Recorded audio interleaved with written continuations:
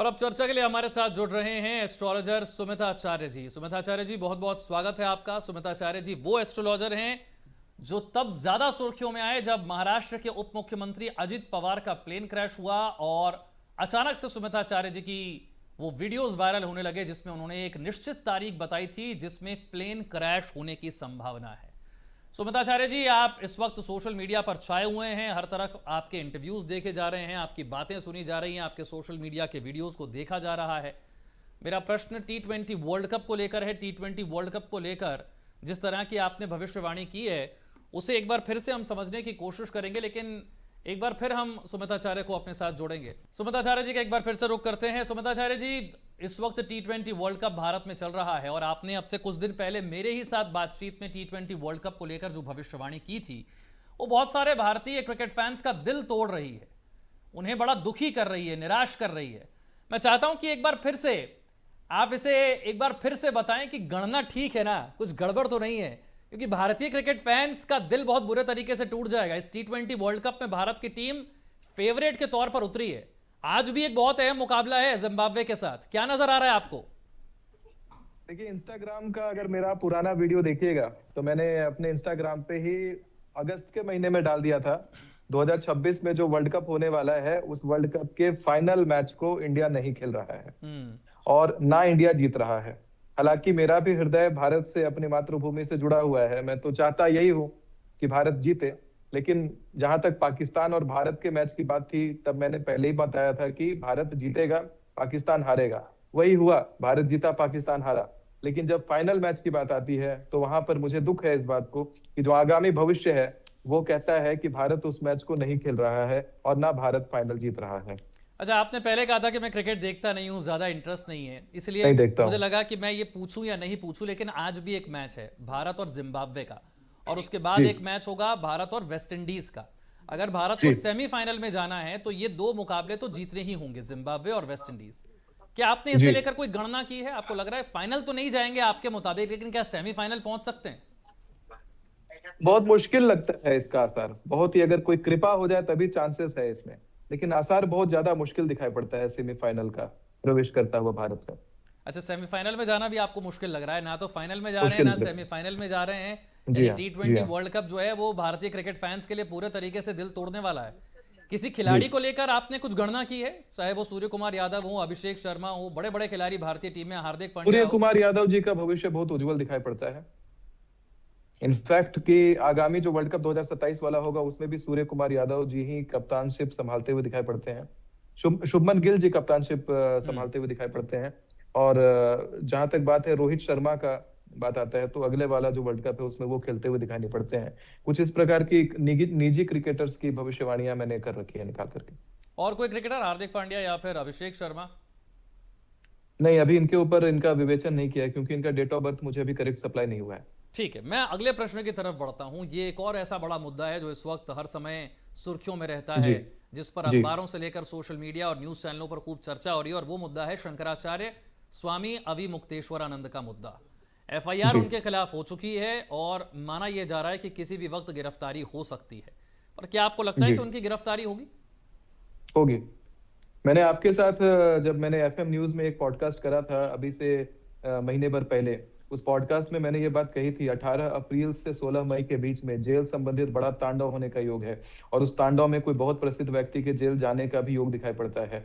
और यह स्पष्ट है कि वो जो तांडव है कहीं ना कहीं से शंकराचार्य से संबंध रखता हुआ दिखाई पड़ रहा है। इसकी कोई निश्चित तारीख, जैसे आपने प्लेन क्रैश को लेकर एक 18 तारीख? अप्रैल से 16 मई 2026 के बीच में जेल 18 संबंधित तांडव का अप्रैल योग है। यानी 18 अप्रैल से 16 मई के बीच में 2026 ये जेल गिरफ्तारी तब संबंधित होगी? तांडव का योग है। उस समय कोई जेल संबंधित तांडव उठने का योग है और ये शंकराचार्य जी का जेल जाने का योग बड़ा प्रबल है, बिल्कुल जेल जाने का योग है। मतलब आप कह हालांकि रहे इस बात हैं? की मैं घोर निंदा भी कर हाँ रहा हूं कि हाँ। हमारे धर्म गुरु प्रमुख 4 शंकराचार्यों में से एक शंकराचार्य जेल जाएंगे और ऐसा भारत के इतिहास में पहली बार होने जा रहा है, जो भारत के ऊपर क्या पूरे विश्व के ऊपर एक कलंक के समान है। आपने कहा जेल संबंधी कोई तांडव, लेकिन मैं ये कह रहा हूं कि अभी तो फरवरी का महीना खत्म हो रहा है, अभी मार्च पूरा जी। बाकी है, 18 अप्रैल। तो क्या आप ये कह रहे हैं हम्म। कि उस समय कुछ बड़ी घटना होगी जेल संबंधी, गिरफ्तारी पहले हो जाएगी, या गिरफ्तारी ही 18 अप्रैल के बाद दिखती है आपको?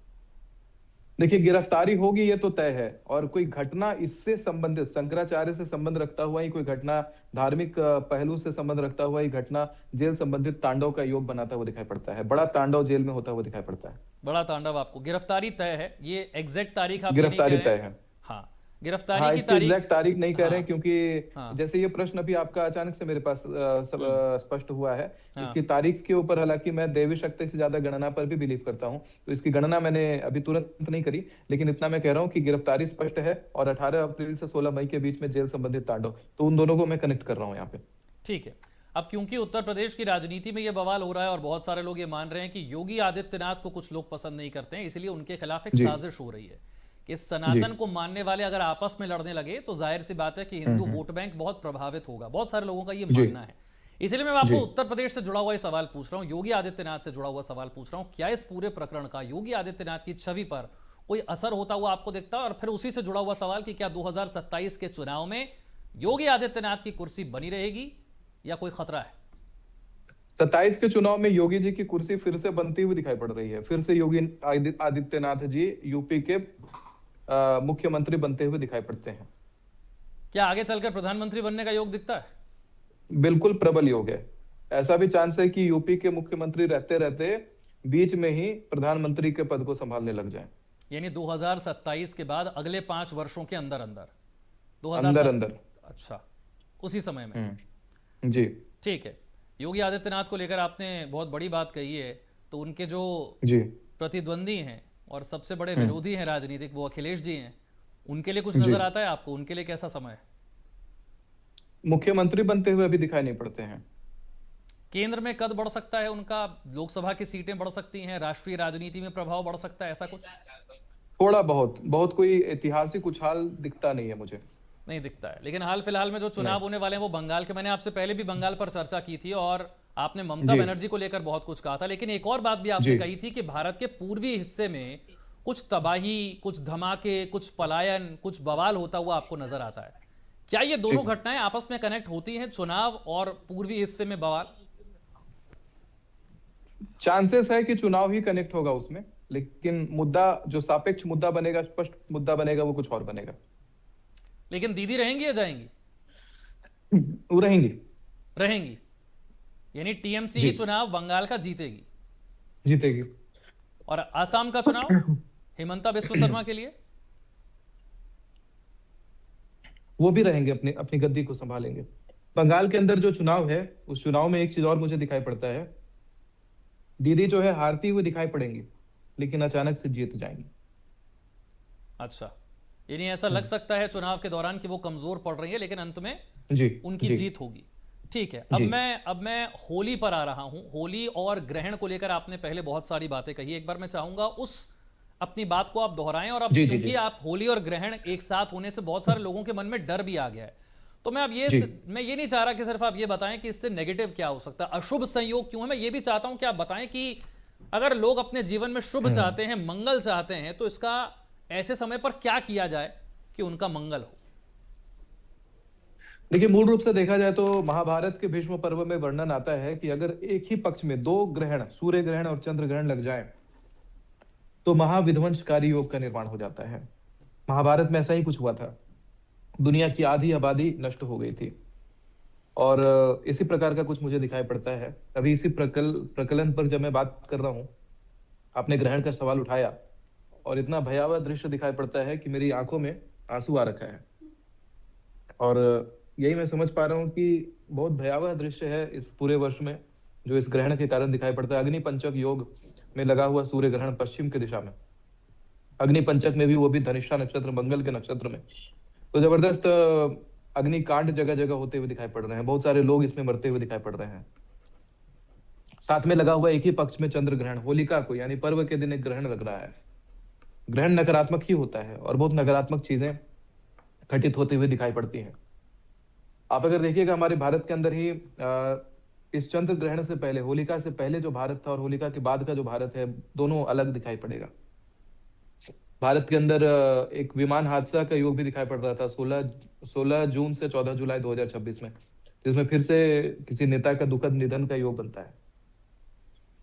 नेताओं को इसी प्रकार लेकर, से अगर हाँ, नेताओं हाँ को लेकर ये प्लेन क्रैश का जो कनेक्शन है आपका, वो वाकई लोगों को डराने जी, लगा है जब से अजीत पवार की घटना हुई है। यही घटना को याद करके तो मेरे आंखों से आंसू नहीं रुक रहा। फिर जून से बहुत जुलाई के बुरा। बीच में ऐसा ही योग हाँ, बन रहा है। 16 जून से 14 जुलाई के बीच में। जो लोग बचना चाहते हैं क्या इतना करें, आसान नहीं टिकट होता। कैंसिल कर दें? इतना इतना आसान नहीं होता। आप भविष्य देखें, और भविष्य देखना एक वरदान जैसा लगता है, लेकिन ये बहुत बड़ा अभिशाप है। क्या करें जिन्हें हालांकि बचना है और यात्रा करना भी जरूरी है? बस वही करे, चलत विमान कोलाहल हुई, जय रघुबीर कहे सब कोई। बोलिए और निकलिए रास्ता में। ट्रेनों से सफर करें, ट्रेनों से सफर करे, कार से सफर करे। लेकिन अगर विदेश जाना है तो? विदेश जाना है तो थोड़ा अवॉइड करे। अगर पर्यटन के लिए जाना है तो अवॉइड करे। अगर अनअवॉइडेबल है बिल्कुल, तो वैसी स्थिति में जाएं तो चलत विमान कोलाहल हुई, जय रघुबीर कही सब कोई कह के जाए। और मार्गेषु रक्षतु माम नीलकंठ विमान के लिए बहुत काम करता है, क्योंकि नीलकंठ के रूप में भगवान विमान पर आपकी रक्षा करते हैं। मार्गेषु रक्षतु माम नीलकंठ बोल करके आप निकलिए। ऐसे मैं बताऊं, एक कुछ कुछ खास उपाय बता देता हूँ। जब ये हम्म। ग्रहण लगेगा, हम्म। उसके बाद करने के लिए कुछ उपाय है कि प्रत्येक रात को हम्म। माँ भगवती का दुर्गा कवच होता है, दुर्गा कवच का पाठ करना शुरू करिए प्रत्येक रात को। नहीं पढ़ सके तो सुनिए, संस्कृत वाला। हर जी। कोई, जैसे माँ अपने बच्चे के पास, बच्चा अपनी माँ के पास रात में पहुंच जाता है, वैसे ही रात में 11 बजे के आसपास कवच सुनिए, कवच पढ़िए। और प्रतिदिन सुबह उठ करके भूमि को स्पर्श करके प्रणाम करिए। अगर मंत्र याद कर सके तो याद ये मंत्र करिए कि समुद्र वसने देवी पर्वत स्तन मंडले विष्णु पत्नी नमस्तुभ्यम पाद स्पर्शम क्षमस्व में। यही है, जब भी ये भविष्यवाणियों की बातें हो रही हैं और इतना भयावह है, इन चीजों को थोड़ा लोगों को मैं यही कहूंगा सीरियसली लीजिएगा। क्योंकि अगर बातें हो रही हैं और मुझे वो चीजें स्पष्ट दिखती हैं सामने होती हुई, कोई भयानक दृश्य दिखता है, तभी ऐसे आंखों में ऐसा पानी चलने लग जाता है। मेरी आवाज भारी हो गई है और भावुक सा महसूस कर रहा हूँ थोड़ा मैं, जब आपने ये प्रश्न किया है। मैं समझ सकता हूं। मार्च के महीने को जी। लेकर किसी तरह की प्रिडिक्शन जो आपने गणना की हो, मार्च का महीना किस तरीके का रहेगा? 20 मार्च से 18 अप्रैल के बीच में हम्म। भारत के अंदर देखा जाए तो इकोनॉमी प्रबल होगी। गोल्ड और सिल्वर का रेट बलवान होता हुआ दिखाई पड़ता है। शेयर मार्केट में, मेटल में इन्वेस्ट करने वालों को लाभ होगा। और राज्य सत्ता के अंदर कोई अचानक से पलट होने का योग दिखाई पड़ता है। कोई राज्य सत्ता पलट होगा भारत के अंदर, स्टेट गवर्नमेंट के अंदर। आपने सोना चांदी का जिक्र किया तो मैं एआई का जिक्र जी। करता हूं, क्योंकि भारत के स्टॉक मार्केट को इस वक्त एआई ने हिलाकर रख दिया है। जी ऐसे हाँ। ऐसे नए एआई बॉट्स बन रहे हैं और ऐसे ऐसे मॉडल्स तैयार किए जा रहे हैं एआई के, हम्म, जो आईटी जी। सेक्टर को बुरे तरीके से डरा रहे हैं। टीसीएस, इन्फोसिस, विप्रो के शेयर गिरते चले जा रहे हैं। ऐसे जी। ऐसे मॉडल्स तैयार हो रहे हैं और कहा जा रहा है कि आईटी सेक्टर तो एक तरीके से ध्वस्त हो जाएगा, सारी नौकरियां चली जाएंगी अगर एआई जितनी जी। तेजी के साथ आगे बढ़ रहा है। आप एआई के प्रभाव को कैसे देखते हैं? एआई का प्रभाव बहुत विध्वंसक रहने वाला है और बहुत ही ज्यादा उलट पलट करेगा। एआई का एक प्रभाव देखा होगा आपने कीव में, यूक्रेन में। यूक्रेन में क्या हुआ कि अभी ड्रोनों से जो युद्ध लड़ाए गए हैं, ड्रोनों ने जो जालियां छोड़ी हैं, जिसके कारण यूक्रेन में धूप की सीधी रोशनी नहीं पहुंच पा रही। कुछ ऐसे शहरों में अंधेरा छा गया है। तो वही समझिए कि एआई और टेक्नोलॉजी जितना ज्यादा डेवलप होगी और युद्ध के साथ में जब उसका प्रयोग किया जाएगा, या क्योंकि समाज में आप देख रहे हैं कि किस प्रकार की नकारात्मकता का राज चल रहा है। कोई नकारात्मक शक्ति का शासन चल रहा है। देखिए कैसे एप्स्टीन फाइल वगैरह का जो जिक्र आया, उसमें बड़े बड़े राजनेताओं का नाम आया। आज भी सर उठा के खुलेआम मजे से घूम रहे हैं, राज कर रहे हैं, अपने पद पे बैठे हुए हैं, पद नहीं हिला उनका। तो वही दिखाई पड़ता है कि नकारात्मकता हर जगह विद्यमान है, और नकारात्मकता जैसे ही टेक्नोलॉजी से मिलेगी तो दुनिया के लिए खतरा है। आने वाले समय में एआई दुनिया के लिए बहुत बड़ा अभिशाप बनेगा। आज वरदान दिखाई पड़ रहा होगा, नौकरियों को खाएगा और कई लोगों को बेघर कर देगा जिनका दिमाग तेज नहीं है। कहते हैं कि आपने 20 साल की स्टडी करी, 25 साल की स्टडी करी, स्पेशली एक पर्टिकुलर जॉब को पाने के लिए, और उस जॉब को कोई एआई मॉडल या कोई एआई संबंधित व्यक्ति उसको रिप्लेस कर दे जो फ्री में काम कर रहा है। अब उदाहरण के रूप में ले सकते हैं कि आप एंकर हैं, मैं ज्योतिषाचार्य हूँ, दोनों बैठ करके संवाद कर रहे हैं। एआई हम लोगों का कॉपी बना लेता है, क्लोन बना लेता है, और दोनों के बीच में संवाद भी करा देता है बिना दोनों के इन्वॉल्वमेंट हुए। तो दोनों के लिए भी यहाँ पे क्षति हुई। एआई और केवल उसको फायदा होगा, एक तरफा फायदा, जो इस चीज का कोऑर्डिनेटर रहेगा, जो इस चीज का जो मालिक रहेगा, जो टेक्नोलॉजी भी को इन डेवलप चीजों कर को रहे बनाने हैं, वाला रहेगा। जो टेक्नोलॉजी को डेवलप कर रहे हैं, क्या भारत आपको एआई की महाशक्ति बनता हुआ नजर आता है? जैसे एक वक्त भारत आईटी की महाशक्ति बना, हमने दुनिया के बड़े बड़े देशों को अपनी आईटी सर्विसेज के जरिए फायदा पहुंचाया और भारत को भी बहुत फायदा हुआ। क्या एआई के क्षेत्र में भी भारत ऐसा कुछ कर सकता है, एक बड़ी ताकत बन सकता है? देखिए 13 अगस्त के बाद यूरोप में तो गृह युद्ध जैसा स्थिति शुरू होगा। मल्टीपल कंट्रीज आपस में लड़ रही होंगी। भारत को इस चीज का बड़ा फायदा होगा। भारत की इकोनॉमी भी प्रबल होगी, भारत की टेक्नोलॉजिकल स्ट्रेंथ भी प्रबल होगी। ठीक उसी तरह जैसे वर्ल्ड वॉर टू में जेपी मॉर्गन ग्रुप को फायदा हो गया था कि अमेरिका आज बहुत पावरफुल है, उसी प्रकार से भारत में भी बहुत जबरदस्त फायदा आएगा। भारत को फायदा होगा, ये एआई और टेक्नोलॉजीज डेवलप करने का मौका मिलेगा। पूरी दुनिया जहां लड़ रही होगी, भारत टेक्नोलॉजी पे काम कर रहा होगा और वही भारत को पुनः समृद्ध बना देगा। जो पुराना हमने छवि देखा आपने समृद्ध मार्च भारत को, हाँ, सोने की चिड़िया का, वो हाँ। छवि वापस से बनता हुआ दिखाई पड़ता है। एक आखिरी प्रश्न, आपने बैंकों को लेकर भी एक बड़ी डराने वाली भविष्यवाणी की थी। क्या जी मार्च जी। और अप्रैल में वो भविष्यवाणी सच होती हुई आपको नजर आती है और उससे बचने के लिए क्या करना होगा? मार्च, अप्रैल और मई, मैंने कहा है लोगों को कि बैंकों से अपने बड़े पैसे जो है, फंड है, उसको निकाल लें। जितना जल्दी हो करिए इसको, क्योंकि अभी बैंकों के बाहर लाइन लगनी शुरू हो गई है पैसों को निकालने के लिए। तो लोगों को यही कहूंगा कि अपने पैसे, बड़े पैसे अगर फंस रखे हैं बैंकों में तो उसको निकालिएगा। छोटा मोटा यूपीआई डेली ट्रांजेक्शन के लिए पैसे रखते हो उतने ही पैसे रखिएगा। सोना और चांदी में निवेश करके रखिए। बैंक के लॉकर में सोना चांदी रख सकते हैं, लेकिन बैंकों में भारी पैसा ना रखें। कुछ किसी प्रकार का बैंकों से संबंधित डिस्रप्शन होने का योग है, किसी प्रकार से करेंसी का डिस्रप्शन होने का योग दिखाई पड़ता है भारत में। बहुत बहुत शुक्रिया सुमित आचार्य जी, हमारे लिए वक्त निकाला आपने चर्चा के लिए। बहुत शुक्रिया आपका।